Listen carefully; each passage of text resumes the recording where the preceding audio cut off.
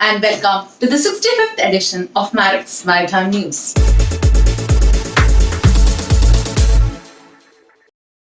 We are extremely pleased to announce the complete vaccination of all crew on board 3 of our ships. The one-shot J&J Janssen vaccine was administered to all crew members without incident, and we aim to cover the crew of 50 more ships in the coming month.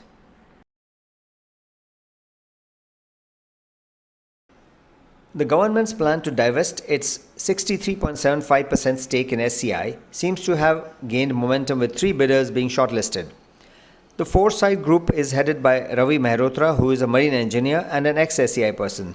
This group has experience for decades in tanker oil drilling and recently is also trying to get involved in port development. Safe Sea Transport USA is also a small tanker owner besides being a logistics player. Mr. S.V. Anchan is heading this group and has a few decades of experience in logistics. The third group, Mega Engineering Consortium, is driven by Captain Santakumar, an ex-SCI master mariner who is now based in Dubai. This group also tried to associate the present employees of SCI in the bid, but unfortunately the employees, despite showing interest, eventually could not join the bidding as no consensus could be finally reached. The process of due diligence and the division of core non-core assets may entail quite some time before the bidding can actually progress. Whatever happens, it's sincerely hoped that the national premier flag carrier retains its character and continues to serve the nation and its EXIM trade with distinction, as it has done since inception of the company in 1961. God bless SCI. These are the headlines on Monday, 10th May 2021. Indian Navy steps up COVID relief operations. Indian seafarers face travel barriers. Jobs could be hit. Charities United target $1 million emergency fund for India. Egyptian court rejects owner's appeal to release Ever Given. IMO spotlights on containers lost at sea. Stronger rates raise Baltic Index to near 11-year high. Bureau Veritas releases ammonia prepared notation. The Indian Navy has stepped up its COVID relief operations termed Samudra Setu 2, with ships from all 3 naval commands in Mumbai, Visakhapatnam and Kochi deployed for shipment of liquid medical oxygen and associated medical equipment from friendly foreign countries in the Persian Gulf and Southeast Asia. On the western seaboard, Indian naval ship Talwar entered the port of New Mangalore in Karnataka on 5th May after ferrying 2 27-ton liquid oxygen tanks from Bahrain. INS Kolkata, also deployed in the Persian Gulf, departed from Kuwait on 5th May after embarking 2 27-ton liquid oxygen tanks along with 400 oxygen cylinders and 47 concentrators. In addition, 4 warships are also en route to Qatar and Kuwait to embark around 9 27-ton liquid oxygen tanks and more than 1,500 oxygen cylinders from these countries. The escalation of COVID-19 cases in India to more than 4 lakh per day has brought about new lockdowns and prompted major nations to prohibit flights from and to India, resulting in an almost complete stoppage of crew changes. This has led to fears that the Indian seafaring jobs could take a severe hit. A rather high number of cases are being reported in our country, and as a consequence of that, quite a few countries have prohibited or restricted entry of personnel who have transited through our country in the last 14 days or so. And this is with the fear that they may carry the infection into their countries. However, a large number of countries have also categorically stated that movement of seafarers and certain category of workers is not restricted. So let us not get carried away by the countries which have restricted altogether movement of Indian citizens or those who have passed through our country, But let us focus on countries which are permitting us to carry out crew changes, and let us compliment them. And let's not portray a doomsday scenario all the time. When the doomsday actually happened in March and April last year, we managed to come out of it quite well. We were innovative. We were among the first in the world to do some things which others did not even think of or could not do. So let us be positive and leave the doomsayers alone, and let's move forward. We will find a way to overcome this. We are passing through a phase, and it takes time to put together something innovative. Let's hope for the best. The current pandemic in India has reached an all-time high, and we are clocking over 4 lakh cases a day. The entire population is at risk of further deterioration of the health situation for the masses. In the case of seafarers, there is a double whammy in that, as a consequence of this pandemic, several countries are revisiting their rules in terms of permitting Indians or people coming from India not being allowed to enter their countries. The seafarers are no different, and with the exception of probably 2 or 3 or 4 countries who are permitting crew changes provided the seafarers have the required protocols followed in terms of RT-PCR, isolation, quarantine, etc., we are facing unprecedented challenges in executing crew changes. The crew on board has to go home, and with no option left to ship owners, they are replacing the Indians with other nationality crew. We have to realize that the ships have to keep moving, and that is the only solution. But in the context of jobs for Indians, this is going to be another challenge. Once a position is lost, it does not come back. What is the solution? I wish there were ready-made answers to this, but there are not. One definite solution that can perhaps help the movement of seafarers is that they should be given vaccination as a priority. Even if the government decides to start today, it will still be 6 weeks before the seafarers can get both the doses and then be ready to fly. We will lose more jobs in the next 6 weeks or so, but at least thereafter we will be in a favorable position to carry out crew changes with Indians, and Indians can go and serve their duties on board. The world also will perhaps look at it kindly to permit the seafarers coming in provided they have taken the vaccine. I once again urge the government and the entire industry to do whatever it takes to try and get the seafarers vaccinated as a matter of priority. The Seafarers International Relief Fund, consisting of leading international seafarers' welfare organizations, the Seafarers Charity, supported by the Mission to Seafarers, ISWAN, Sailors Society, and others, have appealed to the global shipping industry to deliver urgent support to the seafarers and their families in India. The target is to raise $1 million. The second wave of coronavirus has hit so many of our Indian seafarers and their families who are in need of practical and humanitarian support.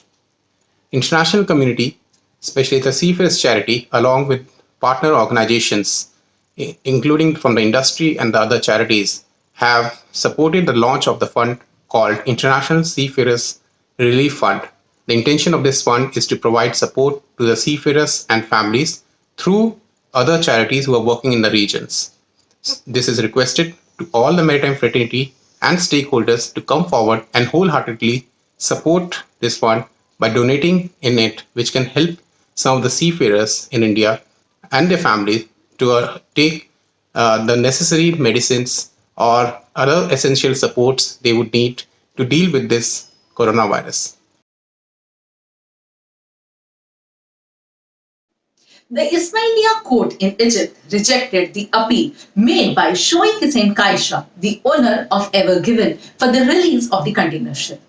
The Ismailia court upheld its original order that the vessel and her cargo can only be released from arrest upon the owner's payment of the SCA's full claim of US dollars 916 million instead of releasing the vessel based on the security for the claim being produced. As you are aware, the container vessel Ever Given was grounded within the Suez Canal on 23rd March. The vessel was refloated on 29th March and was shifted to the Great Bitter Lake, and ever since she has been under the arrest by the Egyptian authorities. The adjudication process is ongoing before Egyptian courts. Very recently, the Ismailia Court of First Instance rejected the appeal filed by the ship owners and the liability insurers, namely the UKP&A Club, for release of the vessel based on provision of security, and has ruled that the vessel will be released only on payment of the full claim amount in the sum of United States dollars 960 million dollars.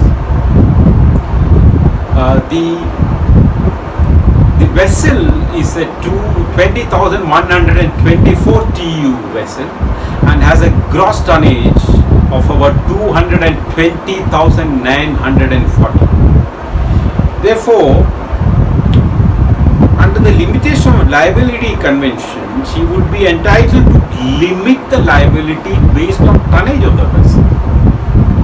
Both Egypt and Panama are signatories to this convention, and in accordance with Article 2 of the convention, a claim in respect of loss of life or personal injury or loss of a damage to property, including damage to harbour works, basins, waterways and aids to navigation, occurring on board or in direct connection with operation of the ship or with salvage operation and consequent loss resulting from, is entitled to limited liability. Therefore, it is evident that this is a claim which can be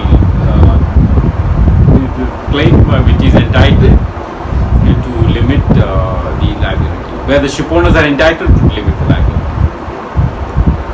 Article 4 prescribes conduct barring limitation. Person liable shall not be entitled to limit his liability if it is proved that the loss resulted from his personal act or omission committed with intent to cause such loss or recklessly and with knowledge that such loss will probably result. So, a shipowner would only be barred from limiting his liability if it is proved that he is intentionally caused such loss or recklessly caused such loss. So evidently, the 1976 convention has shifted the onus of proof on the claimant from the ship owner, and it is very difficult to break the ship owner's right to limit the liability. Article 6 of the convention prescribes the limits of liability, and for this vessel which has got a gross tonnage of 220,940, the limits of liability would be 22,621,520 units of account of the IMF, which translates to 32,478,843 US dollars. If you go by the 1996 protocol, only for the, theoretically I would say this because both these states have not ratified this protocol. The limits of liability would go up to more than 108 million units of account, and in US dollars it would come to a little over 156 million US dollars. So from 960 million US dollars of claim amount under the 1996 protocol, it is over 156 million US dollars. See the difference. And under the LLMC 1976, it's a little over 32 million from 916 million. Here it's only 32 million US dollars. Therefore, Egypt is very likely to oppose the defense of limitation by the ship owners and the UK P&I Club. We need to wait and watch as to how this would pan out, because though Egypt has ratified the convention, has enabled the provisions of this convention in this domestic law, I understand that the procedure for setting up a limitation fund are not being clearly prescribed under the domestic law.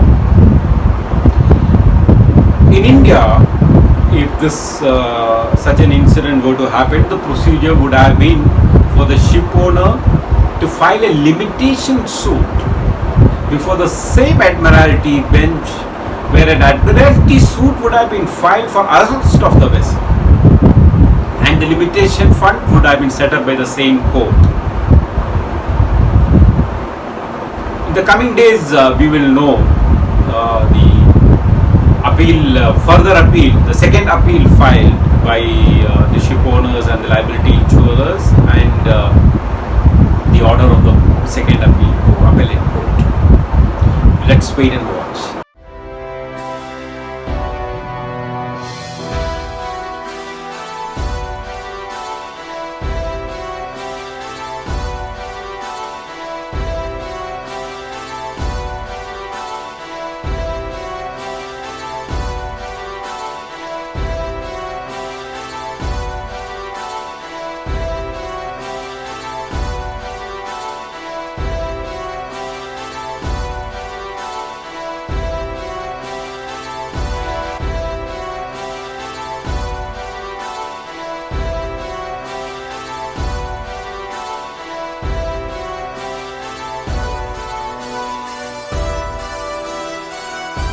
Hindustan Institute of Maritime Training. Over the course of 3 months, late last year and early this year, almost 3,500 containers were lost in a number of incidents in the Western Pacific. This is far above the numbers usually registered for the same period and has raised concerns regarding the causes of these incidents. IMO's concern on this issue is not without surprise. When container losses happen, there are a few consequences. Firstly, of course, a possible damage to the ship and injury to the crew, whose safety is always a concern. The next issue is that these containers, when lost overboard, drift and float for a certain period of time, and some of them find their way to the shore if it is if the incident happens near to the coast. A lot of these containers would contain dangerous, poisonous and hazardous goods which pose a risk to marine life and to the environment. Now, having said that, container loss at sea has been happening over many years now. You could almost say since the container ship started reaching the size of 2,000 to 3,000 TEU and upwards. The only difference is back then, I'm talking about when I sailed on a container ship as master almost 35 years back on a trans-Pacific service. Back then there was no internet, there was no social media. So if and when such incidents happened, it was contained within the concerned parties, who then worked together to resolve the issue and come to a settlement. Who are the concerned parties? The vessel owner, the class, the vessel insurers, the cargo insurers, and the flag state. Obviously there was not that much publicity, but today, because of the immediate spread of news, it is not just news, but there is a lot of pressure on the authorities to look at a solution. also comparing to the while the number of containers lost at sea is increasing, we must also compare this to the increasing vessel size. I was just talking about the 3000 TEU, which was the norm in the 1980s compared to 20,000 now. So the vessel sizes have increased. The volume of trade has considerably increased, particularly on the east-west routes. And if one would then compare the number of containers lost, it may not be significantly higher as a percentage compared to the figures 20-30 years back. But that doesn't mean that shouldn't give the concerned people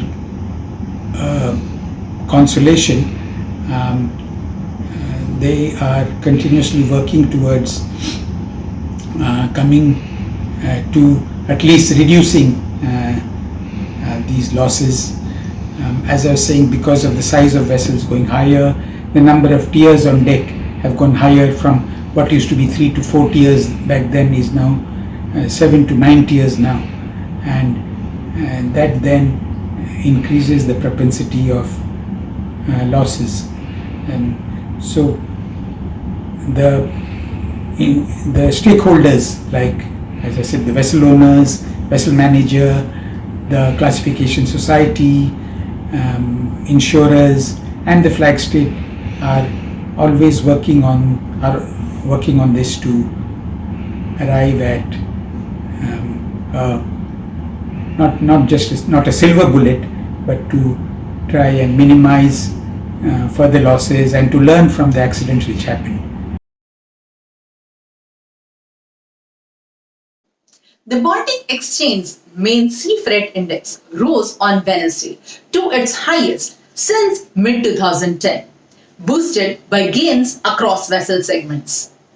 When we discussed about Q1 on the 8th of March, and we looked at whether the abnormal Q1 is a precursor to the boom. So let's revisit what we had said and where the market is today. If we see on the 8th of March, we looked at two scenarios. We said if it is going to be twice the average of 2019 and 20, then we might call it JM's great cycle.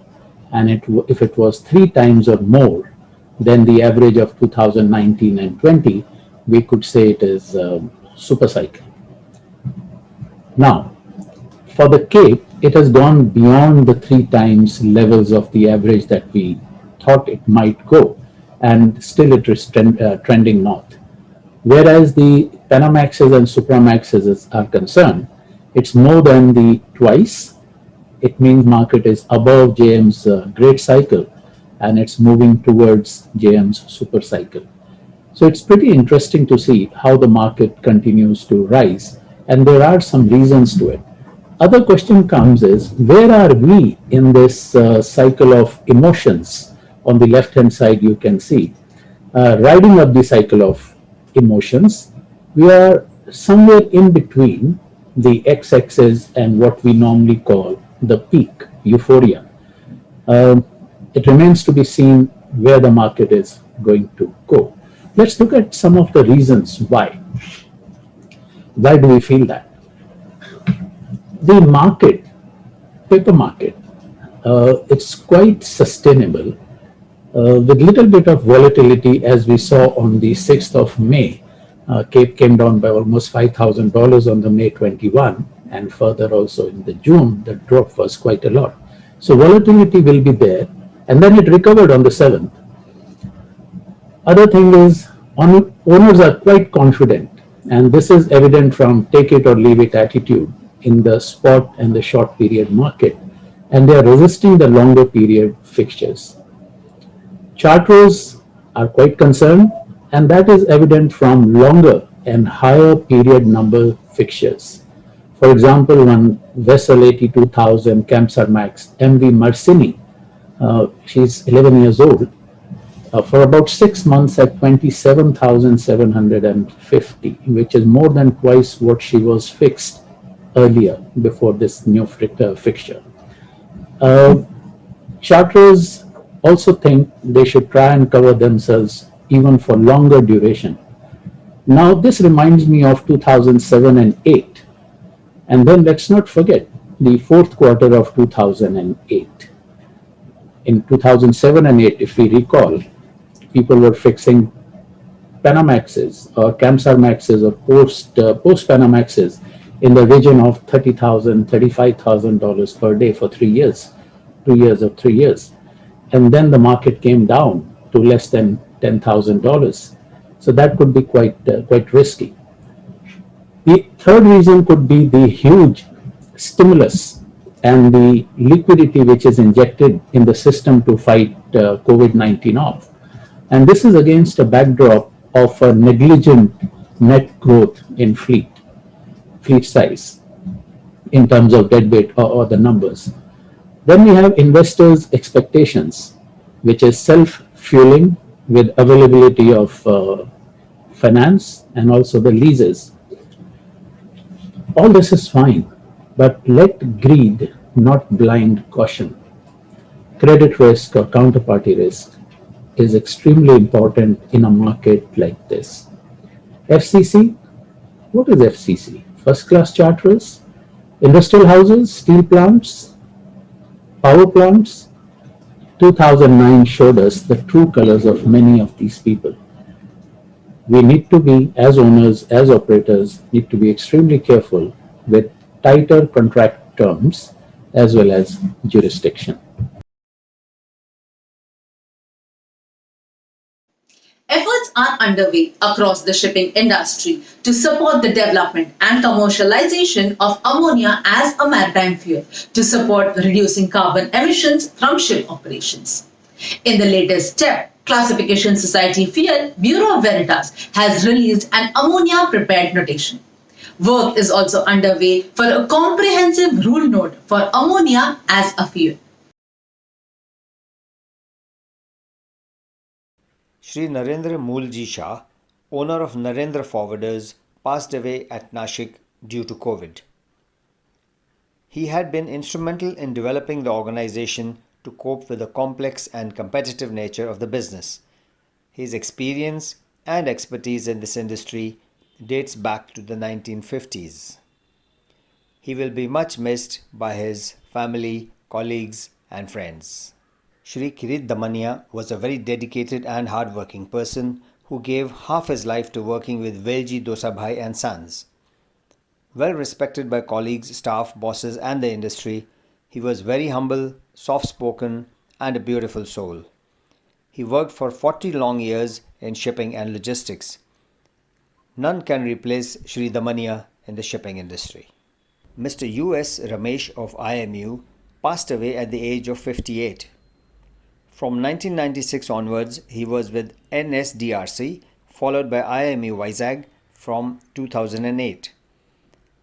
An inspiration to young students and his colleagues, Mr. Ramesh is survived by his mother, wife and son.